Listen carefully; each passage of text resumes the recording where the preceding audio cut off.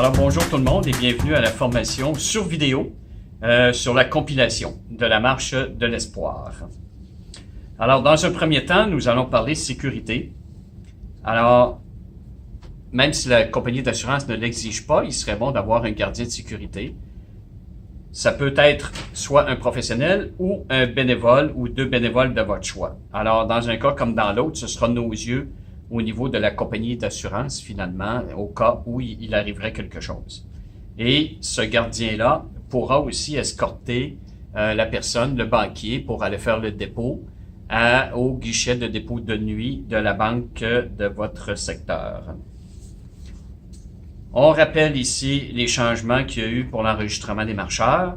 Alors, on a besoin d'une enveloppe de dons pour les gens qui sont déjà inscrits et qui ont des dons à remettre le jour même, ou encore pour les gens non inscrits.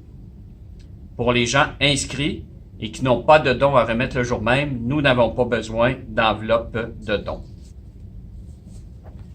Les documents à faire suivre à la division dans la semaine qui suit la marche. Donc, on parle des enveloppes de conciliation de l'eau, de photocopie de bordereau de dépôt, de la feuille de route, du rapport de vérification et des chèques post-datés. Ainsi que pour le service des collectes de fonds, tous les formulaires de remise de récompense, les items non utilisés des chefs d'équipe, les t-shirts de marcheurs, les chaussettes, les brassards. Les documents à conserver à la section, les originaux de chaque bordereau de dépôt, de la feuille de route, du rapport de vérification, une photocopie de la liste des chèques post-datés et les t-shirts des bénévoles. Maintenant, on entre dans le vif de la compilation. Alors, la première étape, vous avez un bénévole qui va prendre les enveloppes de dons qui lui sont apportées pour la préparation des lots. Alors, nous avons 10 enveloppes de dons. Nous allons faire un lot avec 10 enveloppes de dons.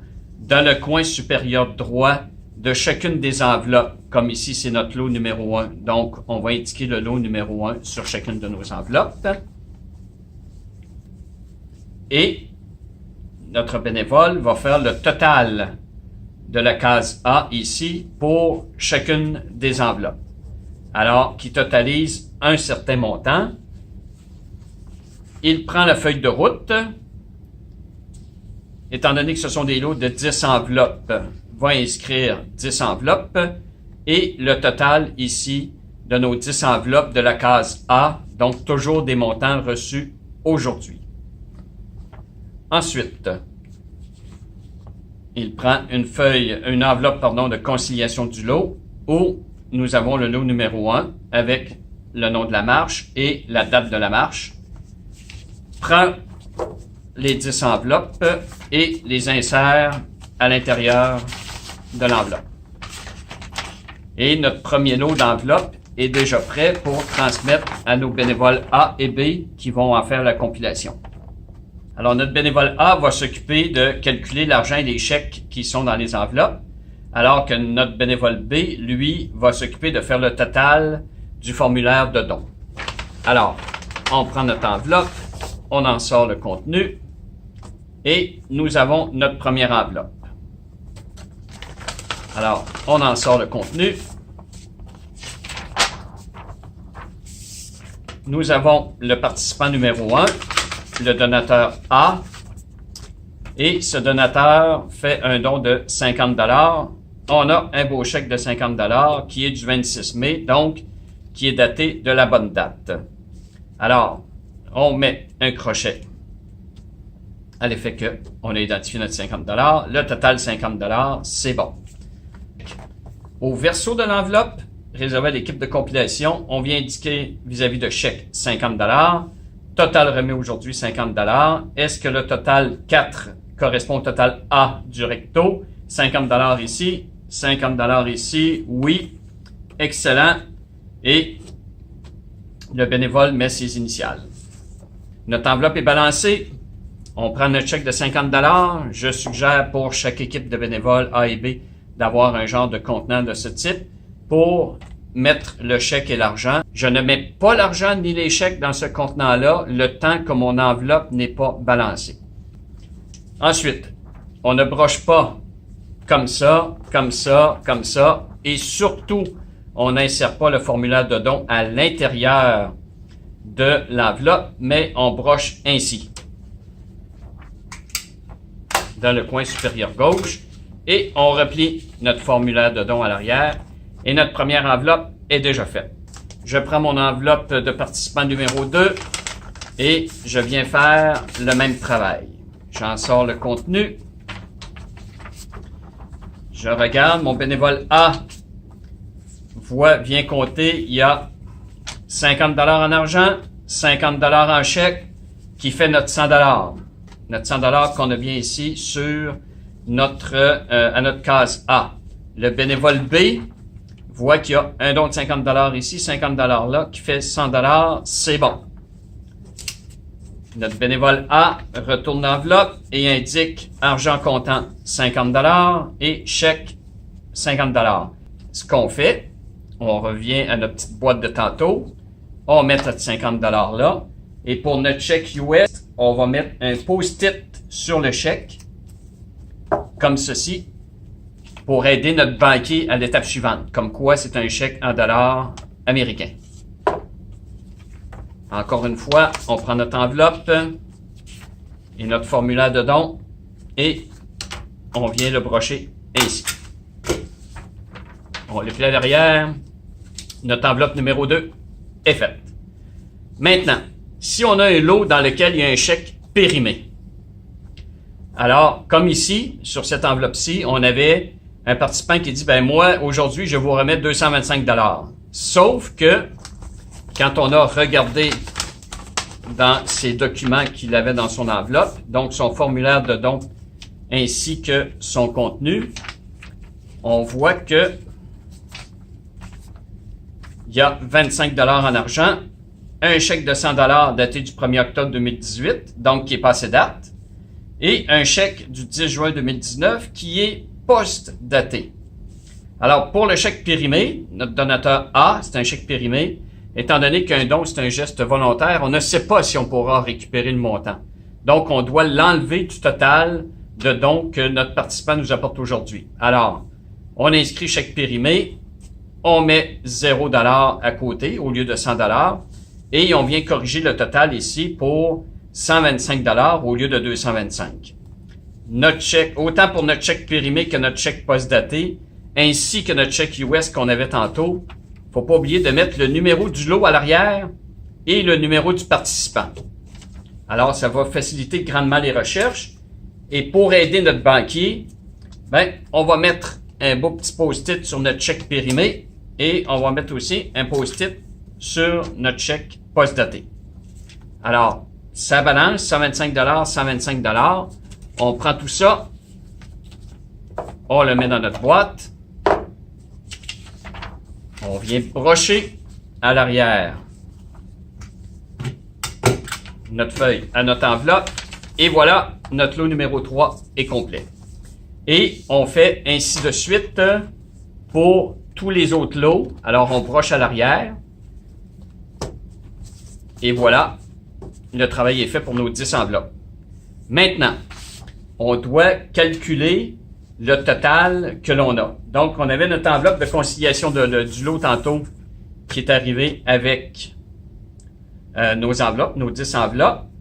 Là, le travail est de prendre pour le bénévole A tout ce qu'il a dans sa boîte ici et de séparer l'argent, les 5 $, les 10 $, les 20 et de venir inscrire les quantités qu'il a pour chacun ici. Notre bénévole B, lui, qui avait fait le total des feuilles, des formulaires de dons ici, doit venir faire la même chose ici. Et normalement, le total ici de 1 à 6 doit égaler le total D. Donc, une fois que c'est complété, voici à quoi ça ressemble. On a un espace ici, notre chèque en dollars US, on a un espace ici sur l'enveloppe de conciliation de l'eau où on vient inscrire notre donateur B qui a fait un chèque US de 50 $ et c'était pour le participant numéro 2. Alors que pour ce qui est du chèque post-daté, nous avons une liste ici de chèques post-datés où on indique la date du chèque, le nom du participant, le nom du donateur, le numéro du lot et le montant du chèque. Parce que le chèque postdaté devra être déposé plus tard à la date inscrite sur le chèque ou un peu après, peut-être dans les 2 jours qui suivent, à la banque. Alors, une fois que ici c'est fait, ça balance avec nos dollars US ici aussi, nous prenons nos enveloppes, nos 10 enveloppes, nous les remettons dans la grande enveloppe ici. On prend tout l'argent et les chèques que nous avions mis dans notre boîte. On met ça dans l'enveloppe et on inscrit bien sûr le nom des bénévoles sur l'enveloppe et cette enveloppe-là est prête à être remise au banquier. Et le banquier, lui, on va voir son travail tantôt. Alors, le premier lot est fait. Et le travail qu'on vient de faire pour le lot numéro 1, on fait exactement toutes les mêmes étapes pour le lot numéro 2. On vient compléter notre enveloppe ici de conciliation du lot avec le nom de nos bénévoles qui ont fait la compilation. Les montants ici, montant 1 à 6 ici, 2400 égale le montant D, 2400. C'est excellent, ça balance. Et ici, c'est la même chose pour le prochain lot et l'autre lot. Donc, nos 4 lots balancent. À chaque enveloppe, comme ça, qui est complétée, on va les porter au banquier. Donc, le travail du banquier, le jour J. Le banquier, lui, il est responsable de la sécurité aussi sur le site. On parlait tantôt d'agents de sécurité, mais aussi sur le site pour les gens vos bénévoles qui arrivent avec des sacs à dos, avec des sacs à main, des grands vêtements. On suggère de mettre en périphérie du local tous ces objets-là, afin qu'il n'y ait pas de malentendu, là, qu'il n'y ait pas d'enveloppe qui par mégarde se glisserait dans le sac à dos ou dans le sac à main d'une personne. Alors, on disait tantôt aussi, chacun des lots, alors je vous ai montré les 4 lots, la feuille de route, bien sûr, au fur et à mesure que les lots sont faits, le total des colonnes de la case A doit être inscrit sur la feuille de route. Comme ici, j'ai ma feuille de route avec les 4 lots que comporte la marche pour mes 40 participants qui me donne un total de 6 400 $. Ça, c'est le total estimé à partir de ce que j'avais, mais ce n'est pas le total qui a été vérifié. Donc, notre banquier, lui, va vérifier les enveloppes de conciliation du lot. Donc, dans un premier temps, il va reprendre l'enveloppe numéro 1, va sortir tout son contenu, s'assure qu'il n'y a plus rien dedans, et va s'assurer que ce que le bénévole A ici a inscrit, qu'il a exactement la même chose avec en dollars, en monnaie, en chèque US, en chèque postdaté ou périmé. Donc, le banquier vérifie et dit « OK, mes coupures sont bonnes ici, le total est bon, la monnaie, les chèques postdatés, chèques en dollars US, c'est bon, pour 1550, c'est bon, 1550, il met ses initiales, et voilà, c'est fait. Pour le banquier, ce que je suggère, ce que je fais moi, à tout le moins, c'est que j'ai des petits plats comme ça, là, achetés chez le magasin à $1, et dans lequel j'en ai pour les 5 sous, les 10 sous, les 25 sous, les dollars, les 2 $. Alors, je sépare tout de suite ma monnaie et j'en ai un peu plus profond dans lequel je vais venir mettre, exemple, dans un, je vais mettre les chèques, dans l'autre, je vais mettre les coupures de 20 $, dans l'autre de 5, de 10. Alors, c'est beaucoup plus facile quand vient le temps pour le banquier après de balancer son total. Maintenant, un peu comme nos bénévoles A et B tantôt, comme banquier, je ne mets pas l'argent dans mes contenants tant et aussi longtemps que mon lot n'est pas balancé. Mon lot balance, OK, je peux mettre dans ma petite boîte. Et on voit aussi qu'il est en mesure de vérifier qu'il y a le chèque US de 50 $ qu'on avait tantôt. Puis, étant donné qu'il y a le post-it dessus, c'est beaucoup plus facile à repérer. Alors, ça balance. Notre banquier reprend les enveloppes, les remet dans l'enveloppe de conciliation du lot et le travail du lot numéro 1 est terminé. Sauf que, On a dit tantôt que un chèque périmé, on devait le retirer du total du participant. Donc, mon montant de chèque périmé de 100 $, je ne le retrouve pas ici parce que je l'ai enlevé tantôt. Et sur la feuille de route, on avait tantôt mes 10 premiers lots, mes 10 premières enveloppes, c'est-à-dire mon premier lot totalisait 1650 avant vérification, mais après vérification, je suis venu soustraire mon chèque de 100 $ qui est périmé, donc mon nouveau total est 1550 $. Et le banquier fait la même chose pour chacun des autres lots, 2, 3 et 4, nos 4 lots, vient inscrire le montant. Une fois vérifié, on voit que pour les 3 autres lots, c'est le même montant, vient faire le total. Donc, on avait 6400 $ au point de départ, prévu, si on peut dire, mais finalement, c'est 6300 $ que nous avons. Le banquier n'a pas fini son travail parce que toutes ces enveloppes-là, ces quatre lots finalement, il doit prendre le total de tout ça et préparer son bordereau de dépôt. Alors, le bordereau de dépôt, bien sûr, où il faut inscrire combien l'on a de 5 $, de 10 $, de 20 $ et tout, et les chèques. Alors, le banquier va prendre le montant ici. Comme ici, on a 4 lots et la quantité de dollars ou de pièces à mettre à l'intérieur du sac n'est pas énorme. Ce qu'il faut se rappeler, c'est qu'on peut mettre plus d'un dépôt dans un même sac de dépôt de nuit, mais on ne peut pas mettre un seul dépôt dans plusieurs sacs de dépôt de nuit. Alors, notre banquier va prendre son bordereau de dépôt et va indiquer le nombre. Par exemple, ici, on a 20, 35, 41 fois 5 $ et va préparer son bordereau de dépôt. On avait 25 $ de monnaie qui est ici. On n'a pas pour nos autres lots. On vient de l'indiquer. Le total de chèques, 2550 $ pour un grand total de 6050 $. Alors, on disait tantôt qu'on avait 6300 $ au total. Mais dans notre 6300 $ qu'on a sur notre feuille de route, on a aussi, à notre 6050 qu'il y a là, on va additionner notre 50 $ de chèque US. Je suggère de faire un dépôt complètement à part pour notre dépôt de 50 $ US. Alors, on vient indiquer notre chèque, 50 $. Le total des chèques, 50 $. Ben, je sais pas si vous êtes à la RBC ou en tout cas, peu importe l'institution. Total chèque US, 50 $. Mais pour la question ici du taux, étant donné que c'est très variable et que ça change souvent, je laisse à la banque le soin de venir indiquer le taux de change au moment du dépôt et de nous indiquer le vrai montant en dollars canadiens. Donc, voyez-vous, nous sommes à 6050, 6100. Et là, on dit, ben, tantôt, ma feuille de route me donnait 6300 $. Mais il faut pas oublier que j'avais un 100 $ de chèque post-daté.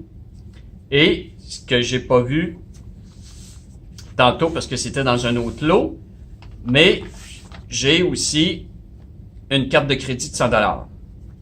Donc, mon chèque post-daté de 100 plus la carte de crédit de 100 plus tout l'argent et les chèques me donne mon 6300 $ qui balance avec ma feuille de route que j'avais tantôt.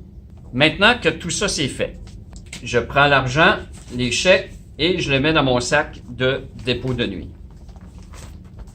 Mon sac de dépôt de nuit, habituellement, qui est identifié par un numéro. Alors, je prends mon chèque de 50 $ US que j'avais tantôt et qui est à la bonne date. Je viens l'attacher avec mon bordereau de dépôt US. Et l'autre bordereau de dépôt, j'attache tout l'argent avec. Je viens mettre le tout dans mon sac de dépôt de nuit. Je ne ferme pas mon sac de dépôt de nuit tout de suite, surtout si vous avez d'autres dépôts, vous avez plus de dépôts, plus de sacs de dépôt de nuit à remplir, parce que je veux m'assurer avant que ma journée balance. Pour vérifier que la journée balance, donc, il y a ici le rapport de vérification de comptabilité qui s'adresse au banquier. Ce rapport-là nous permet d'inscrire le total déposé en argent, en chèque, en monnaie, chèque post-daté, carte de crédit, fonds US, le grand total versus le total de toutes les enveloppes. Donc, la partie A que l'on a et la différence. Dans notre cas ici, comme je mentionnais tantôt, nous avons déposé en argent et en chèque 6 025 $. En monnaie, nous avons, c'est-à-dire 6 025 $ en argent et en chèque. En monnaie, 25, en chèque post-daté, 100 $, en carte de crédit, 100, en fonds US, 50, pour un grand total de 6 300 $. Versus les enveloppes, 6 300 $. Donc, notre Joe Blow, il balance.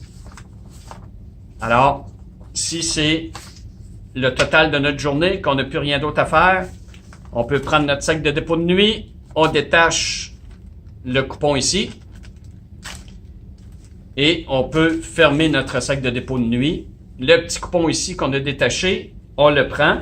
Bien sûr, il faut ne pas oublier que dans le sac de dépôt, nous devons mettre l'original de notre bordereau de dépôt dans les deux cas. Et les copies qui nous restent, on va venir prendre notre talon ici de notre sac de dépôt de nuit et on va venir le brocher en preuve finalement à notre bordereau de dépôt.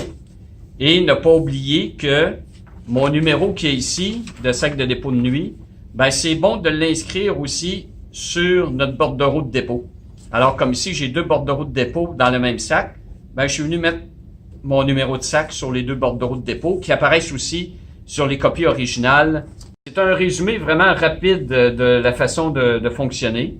C'est sûr qu'il y a des cas d'exception qu'on a déjà parlé lors de la formation verbale. S'il y a quoi que ce soit la journée de la marche, vous pouvez joindre les responsables au niveau de la division qui pourront vous mettre en communication avec l'équipe de compilation à Montréal. Alors, on espère que cette vidéo-là va pouvoir vous aider. Et le but finalement est de vous permettre d'avoir un aperçu visuel de la compilation et de comment ça fonctionne. Alors à tout le monde, excellente marche, bonne compilation et au plaisir de vous reparler bientôt. Au revoir.